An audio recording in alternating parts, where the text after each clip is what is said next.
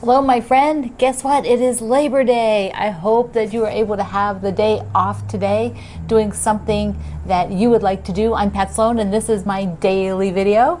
So I really like Labor Day. It kind of reminds me of Thanksgiving, where it's a holiday to celebrate goodness, to celebrate ourselves. I'm sure that there's some other reason for Labor Day that I didn't go and research at all, because I decided to use my own definition of, for those of us who work, and even if you're not working right now, you have, it's a day to relax, a day to celebrate, like, hey, it's the end of the summer, and you know, this is how I think of Labor Day anyways. So I don't tape this on Monday, of course, I'm taping this prior.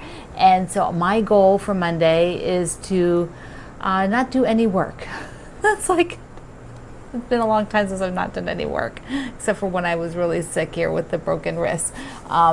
So I'm looking forward to a day of just putzing around the house, maybe take a walk, you know, cook something good, I don't know, all along those lines. So what is your Labor Day like? What do you do? We went to see my family on a nice distance visit on the deck outside, which is wonderful. We've not been able to do very much of that this year because we want to keep everybody healthy and safe. When you have older parents, it's important to keep them safe. So that's what we did. But I want to hear what you do on your Labor Day.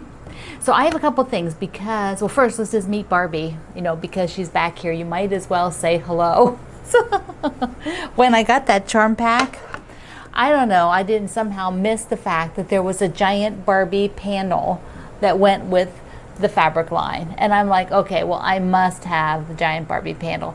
I think there's also one, there's a second one, I think she's blonde. The background might be a different color. So I got the panel because I found out, okay, so I got the panel really for me so I could have it, but I'm not going to keep it.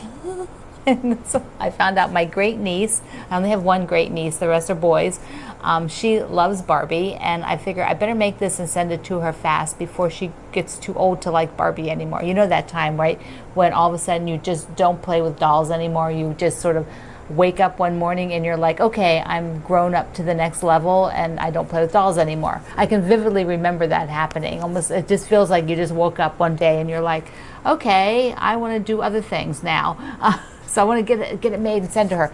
The border, like, let me scroll into the fabric. So this is all Barbie fabric. The, whoops, sorry. So there's the dots, and there's a free pattern. I'll link it to you. To download. It's just the sashing widths, that's it. But the faces crack me up for the outer border, that pink, and I like the silhouettes on the dots. So I am going to take some of the squares from the charm pack and split up the pink faces a bit on the border. So that will be what I do for the little sweetie pie. So I'm thinking even maybe a minky background, something cuddly so that she can sort of snuggle under it. She has a dollhouse, you know, like all that stuff her mom sent me. My niece sent me the pictures. Yes.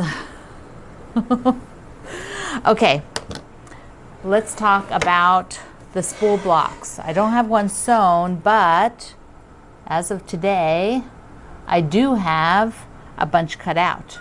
So I have a whole bunch cut out here. So I can just sort of sew them while I'm sewing on other things that I need to be working on. And I put them on the book holder. This is the book holder that I showed you the other day. So I've got it on the lowest, and that tilt is really nice, and it fits this. I think this is like an 8-inch. Yeah, I'm pretty sure this is an 8 or a 9-inch design board. So I'll link you up to those. These are great. And I know you can make them. I say this every time, but I rather buy them because, you know, it's easier. It's easier for me. So I have that sitting here by the machine so I can be working on it. All right, so I have a little bit longer part I want to talk about here today because there was a whole discussion, which if you're not out on my Quilt Along with Pat Sloan group, you might miss some of these discussions. So I want to talk about binding, and discussions come and go, and so you may or may not even see them, because if you're not even coming to the group, if you're only reading in your feed, you're only seeing maybe 80% of what goes on, so you're only seeing like 20%, like a small fraction of the conversation. So you really need to come right to the group and read, because you get a much richer experience and much more fun experience. So there was a discussion on what is double binding and what is single binding. And I thought, okay, well, I guess not everybody uses those terms. Those are terms I use and have for a long time. So I thought I would show you what that is. So most people, okay, the standard, let's just say it this way, the standard width that you'll find in most magazines, books, patterns to cut your binding is 2.5 inches wide, because then you fold it in half and then you sew it on your quilt. You fold it in half the lengthwise, and you sew it on your quilt. But then people make different variations depending on their own sewing experiences. A lot of people actually cut 2 1/4, because they just get rid of a 1/4 inch to like tighten it up a little bit, and they find that they're more successful. So it really depends on you, what you're doing.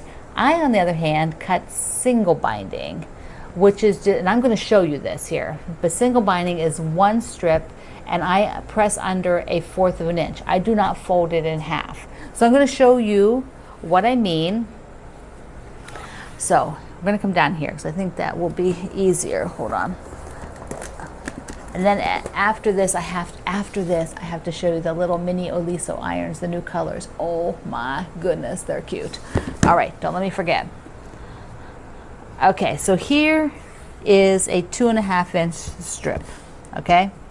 And when most people, or a lot of people, will do double binding, meaning you take this and you press it in half.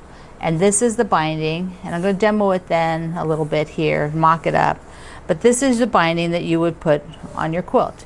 It is 2.5, and you fold it over, and now it's double binding, and you'll sew it to your quilt, and then turn it over to the back, and you'll hand stitch it. So raise your hand if you do this one. That's what you do.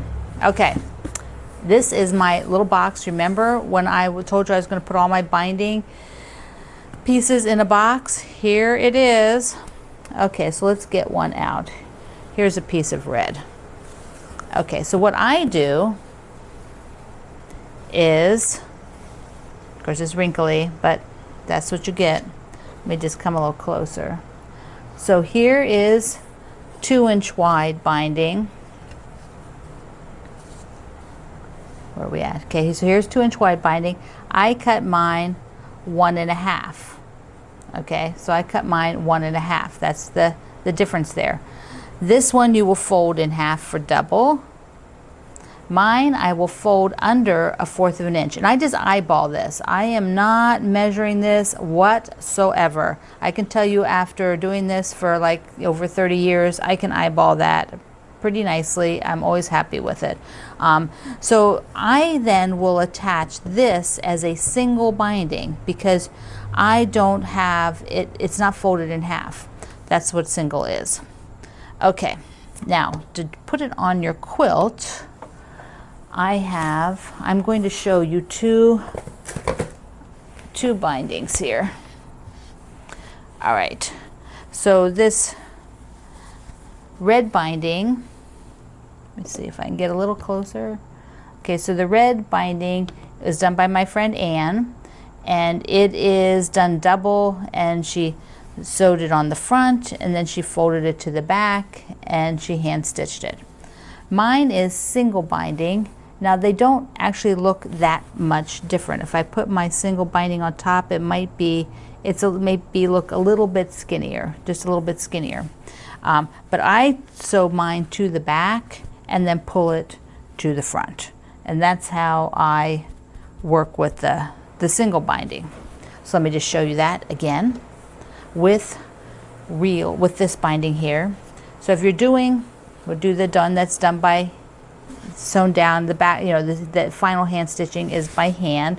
So for this one, you would sew the binding on the front, whoops, right, You would sew the binding on the front like this, and then flip it over, right, to cover it.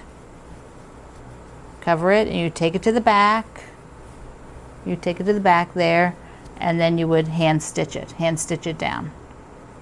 Sorry, my hands are all in the way. There we go. So there's the back side with the little reindeer. So you sew it to the front. So now it will be sewn under and pulled to the back. So that's the standard.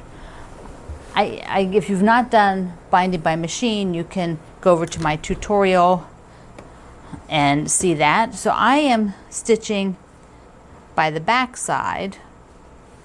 I will stitch onto the back side, and then I will pull it to the front, and when I'm in the front, then I will sew it by machine, which you can see my stitches there. See, I sewed this one down just with a straight stitch because like I'm a little mini quilt.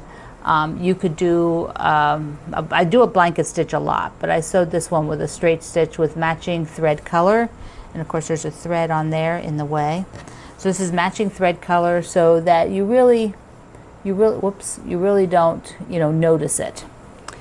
Now, I have got, pull this out, I have got a little comparison sheet here, because I know some of you work differently and see and think differently. So here we go. I did this I did this just before I came on the camera. I thought, oh, I'm just going to write this down. So double, you cut your binding 2 1/2. Then you take that 2 1/2 and you fold it, and it now becomes 1 1/4. So half of 2 1/2, half of 2 is 1, half of an inch is 1/4 of an inch. So you take that double, and when you fold it in half, the width of it is now 1 1/4. Okay, so what's the difference? When you do single binding, you cut 1 1/2, I fold out under 1 1/4, which equals 1 1/4. So they both are 1 1/4 when they go on the machine. That's what I'm dealing with. These two are the same. They're both 1 1/4. Mine might be a teeny bit, wider or less, just because I'm eyeballing that 1/4 of an inch. And I tell you, I probably eyeballed a little deep. It's probably a little deeper than 1/4 of an inch. But that's the difference between the single and the double. The double will look, I always think it looks a bit fuller on the quilt because you have extra layers. I have 1 inch less of fabric in my binding piece than this has. So there's less fabric there. So mine will look like a little more slender. It won't be it might not be so puffy unless you sort of fill it with a lot of, have a lot of batting along your edge. Be sure you get batting in it. Now, what's the advantage? I like the 1 1/2 cut because I do it by machine, and that means I have 1 inch less fabric I'm dealing with in bulk wise, layers that I'm doing to do it on the machine. So I find that rotating the corners and everything by machine is a lot cleaner and nicer when I do 1 1/2 cut versus a double binding. So single versus double for machine. Now I have done double on the machine, but the corners can be a little fiddly. They can be a bit bulky by machine. I find I have a better control of that on when I do it by hand. But there you go. And bias versus unbiased. We might as well just do the whole thing. So straight of grain means you're just cutting it like you cut everything else, like all your patchwork. And I do straight of grain binding for almost everything. Bias binding is when you're on the angle, and so that you've got this bias stretch. And I do that when I wash a quilt. When I have a quilt that will be heavily washed and used. The reason why is if you do straight of grain, your threads are running right along that edge, so that when you put your binding on, and if you're on straight of grain, that means you could have, and I actually have an antique quilt like this. You could have a thread right along the top here that runs, because all the threads are running straight. When you're biased, all your threads are running angled across here. So this is the first wear point in any quilt. When you make a quilt and you give it to somebody, the thing that is going to wear when they use it is this outer binding. We have a few antique quilts from Greg's family, and that is the piece that fell. This little break, this broke, and the binding just fell off on either side. You know, it was attached at the bottom here, but Greg's mom had to repair. I mean, you could take it off, you could put a new binding on top of it, but the binding had to be repaired because it literally, that thread broke and it just came out, and the pieces of binding just fell open. With an angled bias, that one thread is going to break on the bias and it's not going to break along the length. So you might have a little fuzz mark or wear and you'll see a hole, you know, but it's not going to take the whole binding off the quilt and ruin it, or, you know, it has to be fixed. So there you go. That is binding. I'm sure there's a lot more questions. If you have them, I'll try to, you know, see what they are, maybe answer them another time. Or best thing is actually to ask them in my group. Go to Quilt Along with Pat Sloan, and just any binding questions you ask. The community is quite active and has a vast amount of experience. You have people who are just new to people who have, you know, 40, 50 years of quilting experience. And so somebody will help you out. That's always the first place and good place to go and ask.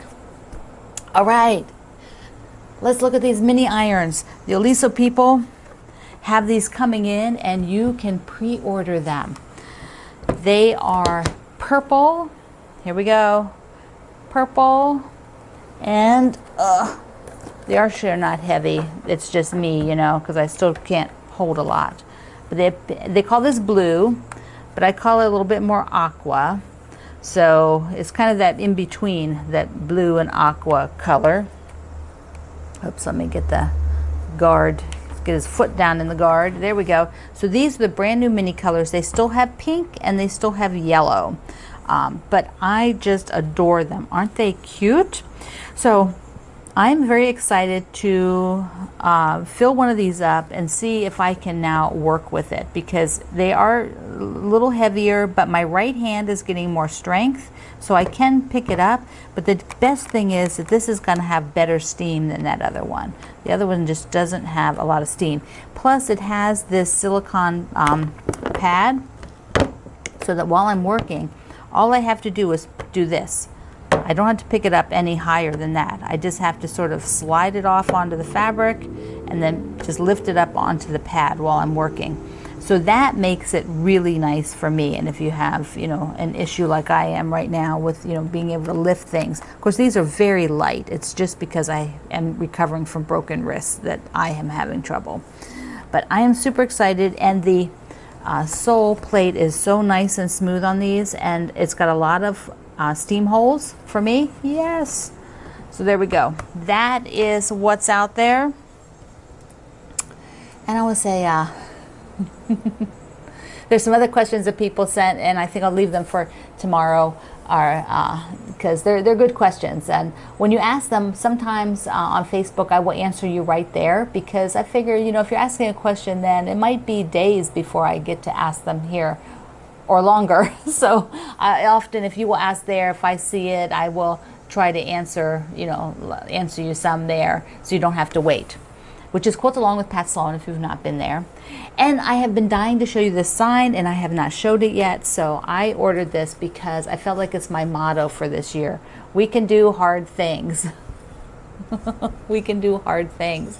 I got this so that I would be reminded of this. I've been keeping it here. Actually, it's here on my sewing table, right by the camera here. It's right underneath the camera, because it's reminding me every day, I can do this, I can do this, I can do this, and so can you.